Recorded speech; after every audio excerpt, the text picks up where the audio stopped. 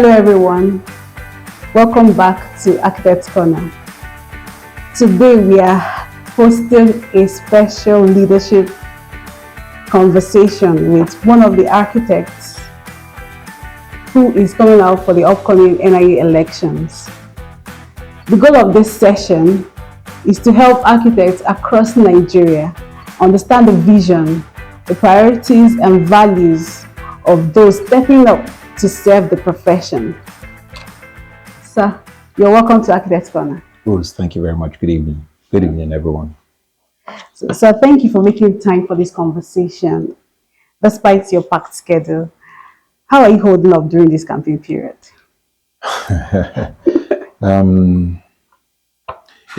Drink lots of water and watch what you feed your mind with. Because if your mind falls apart, you fall apart. Whatsoever things are true, honest, just, and pure. You focus on these things. Yeah. Okay. So let's get straight into today's conversation. Yeah. So please, can we get to know you? What do you do? And what's your name? Okay, what do I do? Well, professionally, I'm an architect, licensed as an architect, but that umbrella allows us to do quite a lot of, other things, but all within the built environment and infrastructure development space. And it's without going into too much detail, it's fairly expansive, but to summarize, my name is Ninah Briggs. Ninah Nimi Briggs. What contributions have you made to the Nigerian Institute of Architects, and what position are you going out for? Okay, contributions. I think that's a very wide subject matter because I've been involved in different aspects of the institute and the regulatory body actually ever since. Okay, if I'm to be approximate, I would say about 2011, 2012. In one shape or form. There's actually a website which chronicles, I wouldn't say all, but a good chunk of a lot of the committees and subcommittees and activities of mine.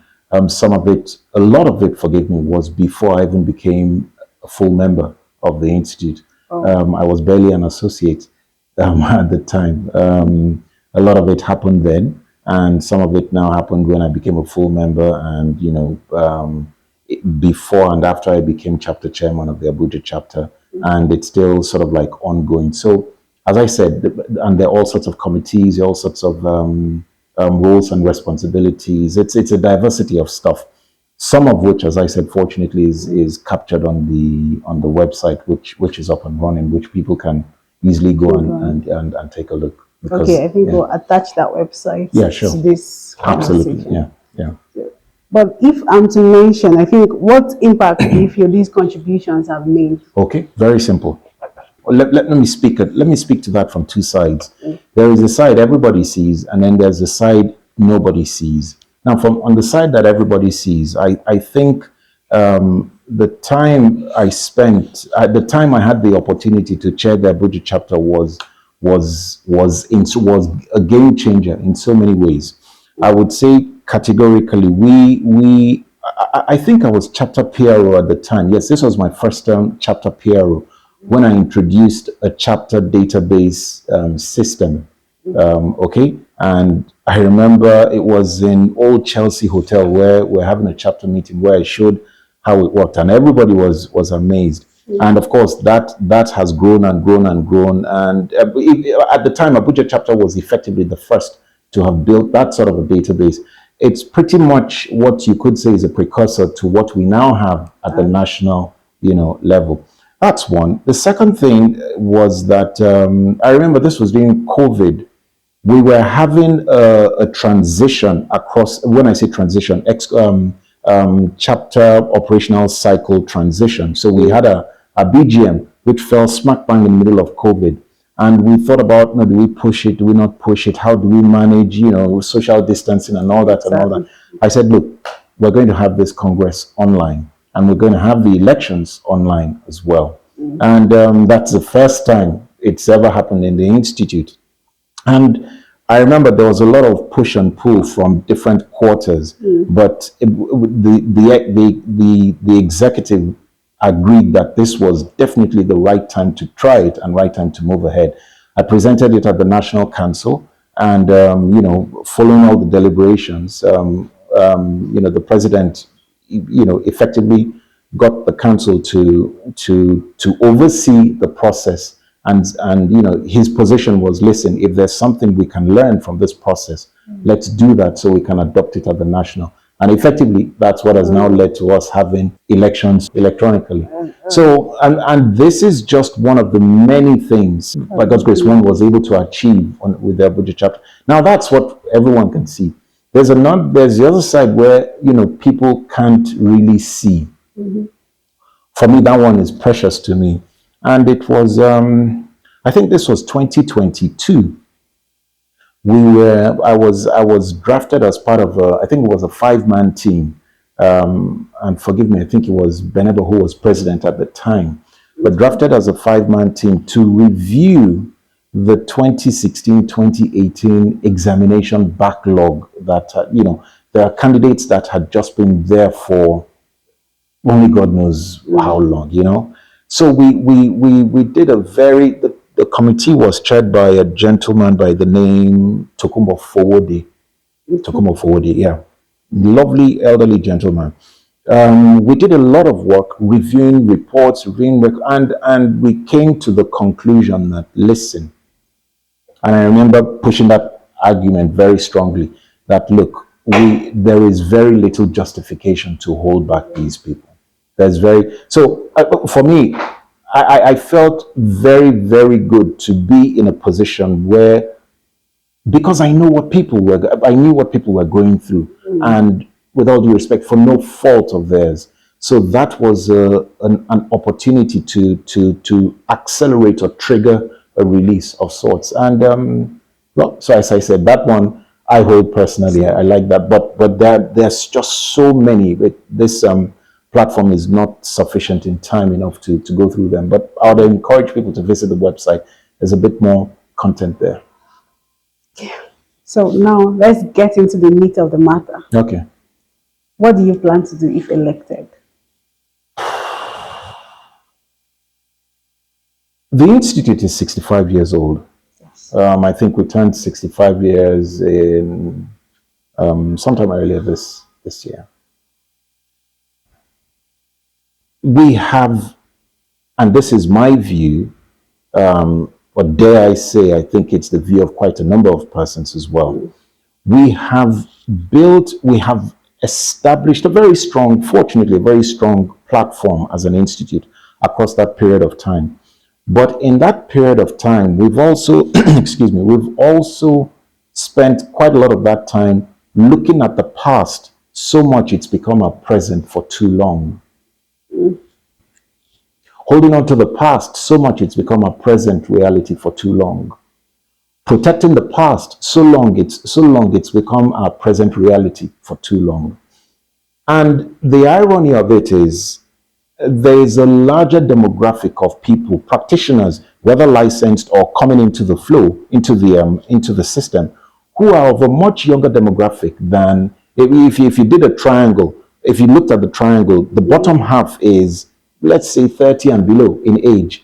The top tiny point of the triangle is where you have 45s, 50s, and on and on. So you have to realize that, look, for this profession to survive, that bottom community has to be the focus.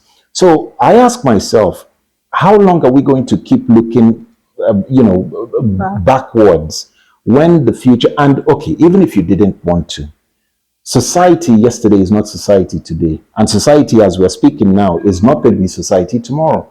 Disruption, technology, climate, even climate alone. What the average, a typical client is expecting of an architect, that an architect should know yesterday is very different from the conditions we have today. I talk about, the other day I was speaking to someone and we're talking about the fact that The folks who compete for work with you now are no longer down your street or within your local government or your state. No. 2 days ago, I heard someone sent me a conversation. A Kenyan guy is asking what are Nigerian architects doing that Kenyans are getting. So your competition is global. So circumstances have so changed radically. It's actually a concern that we are not adapting or changing or moving at pace. So to answer your question, what do you plan to do? Sorry. What I plan to do is awaken the community to their future. Awaken the community to their future. Awaken the community, and when I say the community, both exist, older demographic, younger demographic. But if you look at the slogan of my campaign, it's the next 65. We've done 65 to now. Let's start thinking about the next 65, but not 65 as a line in the sand, but let's start thinking about the future. Let's start thinking about the future. And it means our conversations have to look at our education, curriculum. It means our conversations have to look at practice, how we practice. It means our conversations need to look at our exams, need to look at that. It means our conversations need to have a look at things like NYC, things like architects understanding policy and polity and politics. It means we have to start looking at so many things, if we're really going to be relevant beyond. I mean, the last time we spoke, I asked you a question, you refused to answer. I said, if there are no buildings to design, are you useless as an architect? I think I have the answer, no. Okay, go on. What's the answer? No. You're not. Because, but then we have to be the ones to communicate to society that there is much more relevance beyond that. We're architects. This is a digress. There is pretty much no other profession I'm aware of, and this is no disrespect to other professions, that has to combine everything. Forget arts and science and just leave that. Every other thing you can think of, human anatomy, human psychology, climate, environment, politics, business, religion. You literally need to have a grasp or a hand across board. So what do I plan to do? Awaken the community to the future. I wish I could break it down further. Exactly. I should break it down further. Exactly. I'm coming to how do you plan to execute it in practical terms? Because you've mentioned exams, you've mentioned everybody in the pyramid scheme, you've mentioned education. So now let's go into the practical terms. How are you going to execute this practically? So that's also a very interesting question. When I had the opportunity to serve as chapter chairman in Abuja, the progress we achieved was not the function of a human being. It was a product. It was a function of a team. Yes, you might have the leadership voice. You might have a series of ideas, but those ideas must be submitted at a table. And it's the richness of the diversity of people around that table that made those ideas happen. So sometimes I could think up something. And I mean, there were some guys around the table. They literally, before I could even land, they could bring out a knife and cut look, that is rubbish. That's not going to work. Or no, the constitution does not allow this. Literally, but the richness of that, honestly, I look back with so much pride and gratitude for the people that I had the opportunity to work with. And I still work with them. They've even crossed from colleagues now. They're more like family, extended family that, you never knew you had. So why I make that point because you ask, how am I going to achieve all of this? I'm not going to be an isolated element. I'm going to be in fact, not part of, I'm a subset of a team. You've got a president, you've got 3 vice presidents, you've got a series of other persons that will make up the National Exco. And by another layer of extension, the National Council, which is, the state chapter chairman, it's about just under 50 persons in total. So all those ideas, they have to come to a table. When they come to a table, they're discussed as a community of persons. That community of persons now gets to a consensus From that consensus, you have action. But to think that somebody will come that will run, no. That's a recipe for disaster. So yes, I might have some groundbreaking ideas, and even those examples I cited in the chapter where we talked about the chapter database that has now become a precursor sort of to what we have in the national, and the electronic voting and all that. Even those, yes, I came up with the idea and said it's time, but I had to submit it to the EXCO. We debated it, they ripped it apart and stitched it back together. And when we all came to a consensus, now we have a product. Only then could I come out to the chapter and say XYZ, or for that matter, go to council and say XYZ. You have those ideas, you have a president, you have a series of vice presidents, you have a team, that team and the council. You have to then you know what's going on. When you have a consensus, and the consensus must be built on objectivity, not I don't like you, you don't like me, I don't like the way you speak, I feel you are irreverent. No. Look at the subject matter as it affects the profession and the future. That's why I keep saying the next 65. If those conversations are not looking to push us towards the next 65 and looking to, still, I don't know, go back, then that's why I said there must be, those roundtable sessions must be held in objectivity, full of objectivity. When you then have a consensus, you have a product you can deploy. Yeah, thank you. Why do you believe this is the right time for you to serve the NIE? I don't want to say age. Age might be, people say, so how old is he or how young is he? Yes, I don't want to say age. I think that after I left the chapter chairmanship, okay, I had the opportunity to should I say, I don't want to say rest a bit, but something of that nature. But it allowed me to do many other things. And even if I was instructed or called into a committee or whatever, it was just that, a committee or an ad hoc committee, or as the case may be. Now, that period has also helped me look at a number of things as well. Yeah. And that period has also helped me assess a number of things on the professional side and on the institute side as well. So think of it as a convergence. I didn't pick the time. I didn't pick the season. It's just the natural convergence of circumstances and conditions and all sorts of things. It's just a convergence. I wish I had the power to dictate the time, but I don't have that kind of power. It's just a convergence. Okay. Yeah. You mentioned something about teamwork and bringing ideas to the table. Now I'm going to ask, what values or leadership principles will guide your decisions if elected, especially as you are working with a team? What values will, Yes. Okay. Transparency. Rock solid cast iron transparency. Honesty.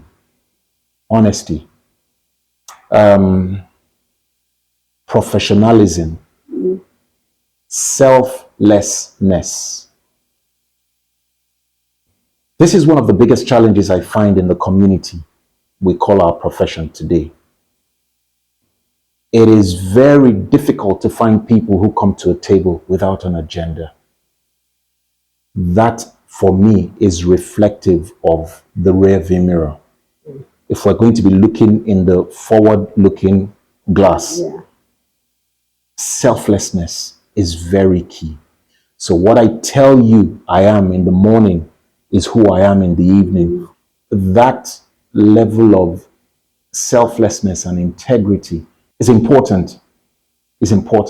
So those are the values. There possibly are more, but for time's sake, I'll just leave it at that. Those are the values. And in people I would have the opportunity to work with, those are the values I would want exhibit.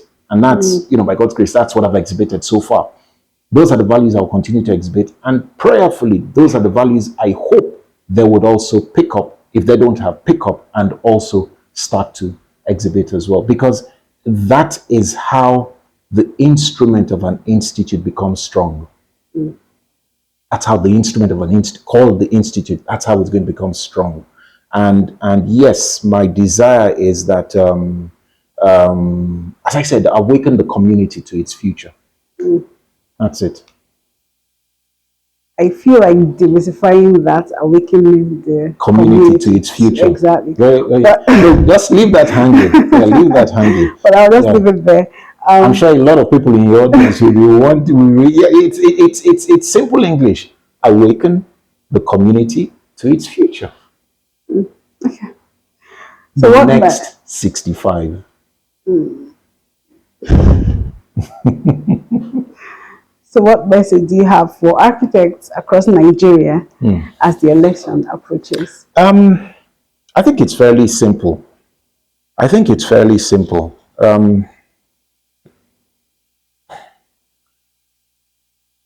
You and I wake up every day, dress, have a bath, dress up, go to work, do our stuff and all that. Because we're all hoping that that work, that time, that effort we put into what we do will yield something in future, okay? The Institute is no different. The Institute wakes up every morning, has its bath, dresses up, and does what it does, albeit through human beings like you and I. But it's doing that because it is hoping that tomorrow will be better than today. So, my message is simple. Everybody, you see, now that's another thing with us well, I guess in the Institute, you could say by extension in Nigeria, we wait for electoral cycles at points at which, well, should I call them inflection or deflection points, where the trajectory of the body is. So the Institute has woken up this morning. It's had its bath, it's dressed up, and it's going out to work. Now that work in this instance is, I'm at a junction where I turn left or turn right. The choice is everybody's to make. I can't legislate. The only message I can give is that awaken to your tomorrow. Awaken. It's awaken to your tomorrow. It's how else do you tell someone to wake up to your tomorrow? But getting the person to wake up to their tomorrow. So you and I have the rights when we go to the polls to decide to go left or right. The challenge with us is we choose to go one direction, and then 2-3 months down, we start complaining about the direction. All the evidence is out in the open. In terms of who I am, I think I am very open and very accessible. Sometimes a bit uncomfortable, I would say. That level of openness is a bit discomforting sometimes. But it keeps me safe in the sense that I have nothing to hide. So my message is very, very clear. Awaken to your tomorrow. Awaken to your tomorrow. You're approaching a point where the decision, you see, it's where are you from, Rose? Imo State. Imo State. Did you choose to come from Imo State? No. Did you choose to come as a female? No. You didn't. You didn't. So why should I now sit here and disparage you for being from UBC or wherever? Why? Why should I disparage you for being a female? Yes, I don't have a right. I don't have a right. And if I do that, I deny the facility Rose can bring to the table, the value Rose can bring to the table. So when deciding, be objective, be objective. I told someone, I would start rounding up. I told someone that Unilag took me 6 years, University of Lagos. But actually, no, that's not true. It was 7 because ASU and IBB were always fighting. So by the time you aggregate all of that, it was 7 years. Then I came out, I did 1 year NYSC. And all of these were training me to be logical. Okay? I finished that. Okay, in my case, I left the country after that. But when I left, I also went and furthered my education, went through the wrong, started working, did my RIBAs 1, 2, and part 3 and all of that. But in all of that, I was constantly being trained to think objectively and logically in the midst of, a cacophony of subjective. I came back to the country.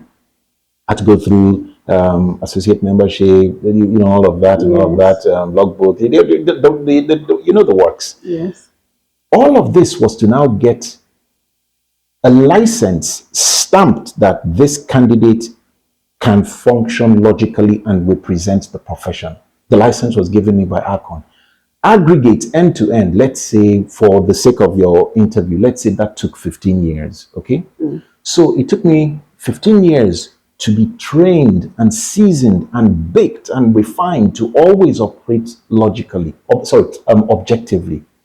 Why is it when it comes to pivotal moments, when I should be deciding about what can make things better in tomorrow, I now sort of like take all of that and park it to one side and adopt subjective intangibles because he said Anambra State. Yes, Imo State. Yes. Well, yeah. Why should I vote her? Why? Because she's wearing black today. Who told you should wear black? So we come to points where the slightest subjective decision or instinct we adopt or apply or deploy can cause a deflection or inflection or whatever in a completely unpredictable direction. Yet the world is going ahead. Yet changes are going ahead. So again, I say my desire is to awaken the community to its tomorrow, to its future. Thank you very much, sir. You're welcome. Thank you for sharing your plans, your perspectives with the community. We wish you clarity and strength in this election. And to our viewers, thank you for watching. Stay tuned for more leadership conversations on Architects Corner. Thank you. Thank you.